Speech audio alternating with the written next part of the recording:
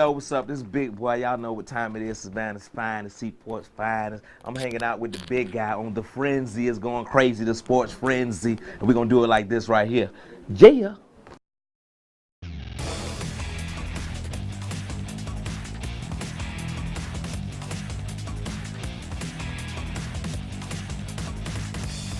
And now for the Frenzy, powered by Savannah State University. You can get anywhere from here.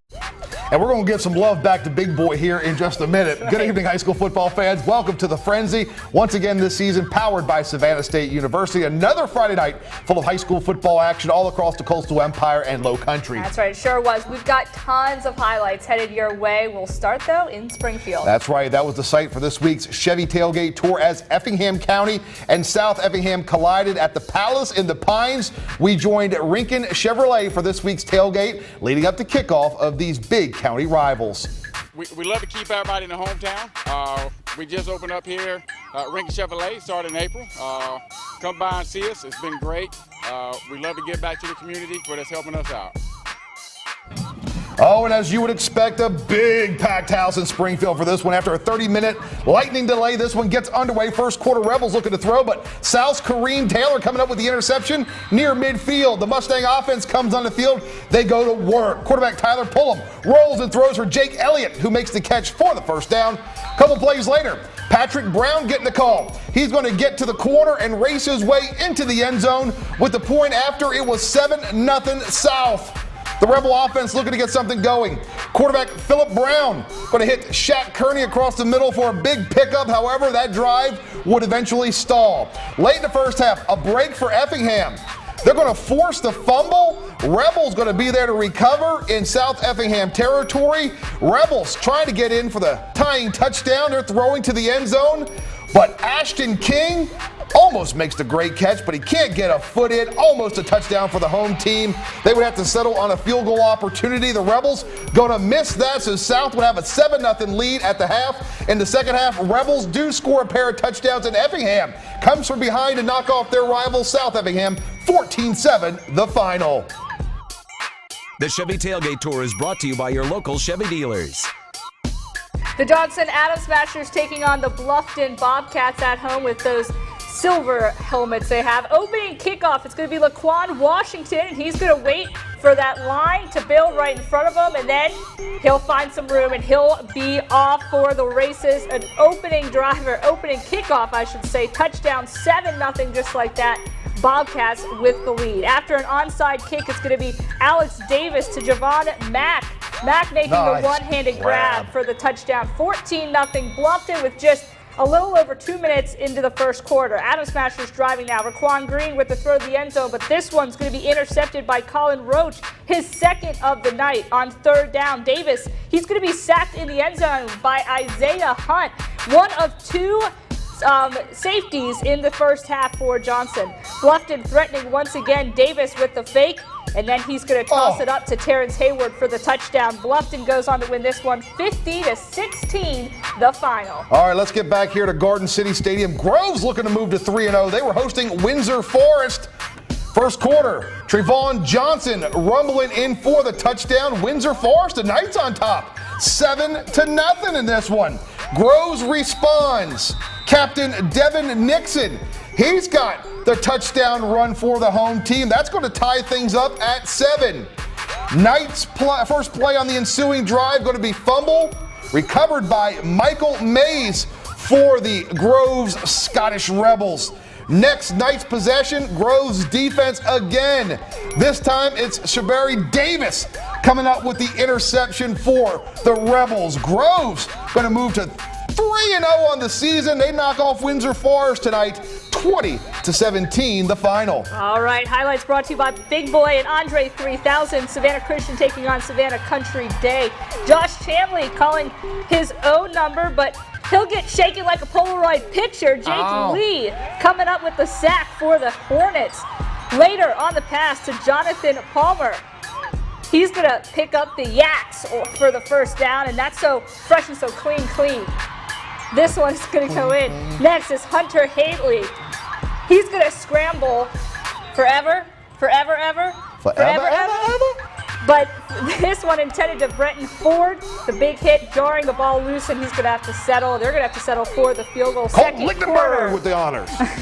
Bomb goes down the sideline to Ben Hostler, and you don't need a golden calculator to put these 6 points on the board. The Raiders, they go on to win this one 31-10, the final. All right, time to get the third member of our team in here, Dave Williams, spending the night out in Liberty County where there was a trifecta being played this evening. That's right, including the big one at Liberty County High School, the Benedictine Cadets on the road to face the Panthers. That's right, after opening the season with a tough loss at Greater Connor Christian, the Benedictine Cadets with the back foot to back.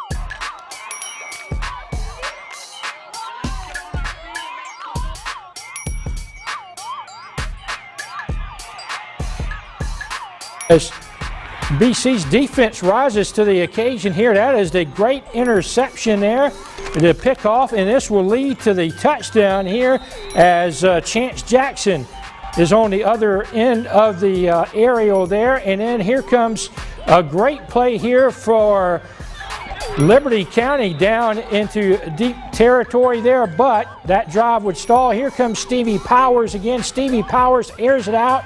There's a perfect spiral to Brad Stewart for the score there, and that makes it 13-0 in favor of Benedictine.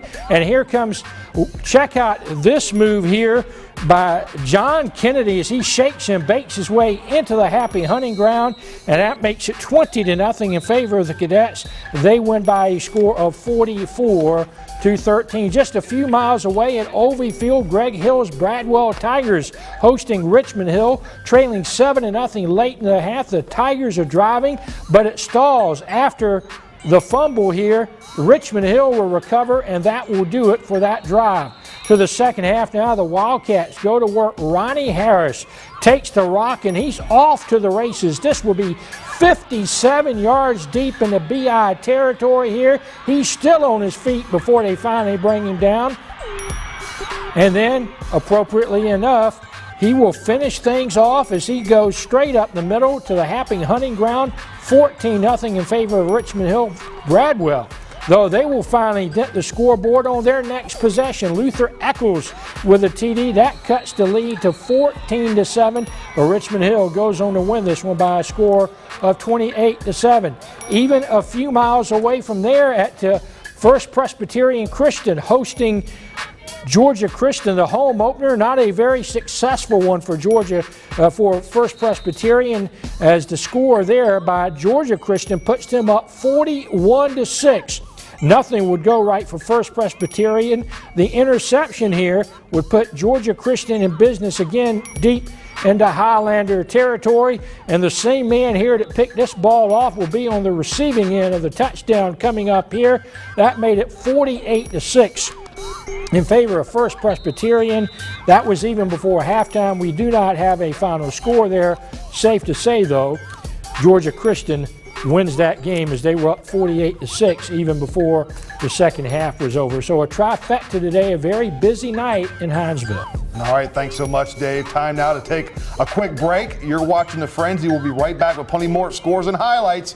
Stick around. Back to The Frenzy, powered by Savannah State University. That's right, a first tonight in Savannah at Memorial Stadium. The two newest high schools in town squaring off for the first time ever. New Hampstead and Islands hooking up. The winner picking up their first victory in school history. Let's go on out to Memorial Stadium for this one. We're going to have a 7-0 New Hampstead on top in the second quarter. Charlie Harrell scrambling all his way to the right. The pass will be picked off by Michael Lofton. He's got the INT, and he's going to get good yardage before finally being brought down. Yeah, New Hampstead looking good here. They got the lead. They got the ball. Then they're going to go to offense, and the handoff is going to go to Carl Brown, who's going to fall forward into the end zone for the touchdown. Point after would fail. 13-0. Remember that. 13-0 New Hampstead. Third quarter, pass rush is on, and Richard Lucas and Michael Lofton feasting. Going to have themselves a big old shark sandwich right there for the sack, but the Sharks do have an answer coming up. The supersized triple option. Pitch going to go to Thomas McBee. He's in for the touchdown. Guess what? Islands, the Sharks, they pick up the first win in school history on the varsity level, 14-13. the final over New Hampstead. All right, out in Portal, the Panthers taking on ECI, battle of unbeatens. Here you go. The Panther defense playing tough early on. Trent Thomas with the big hit for a loss, but the Bulldogs able to score here in the first. Michael Sutton with the 27-yard run. It was 7-0 ECI. In the second, the Panthers respond. Darius Huff with the 44-yard run deep into ECI Bulldog territory.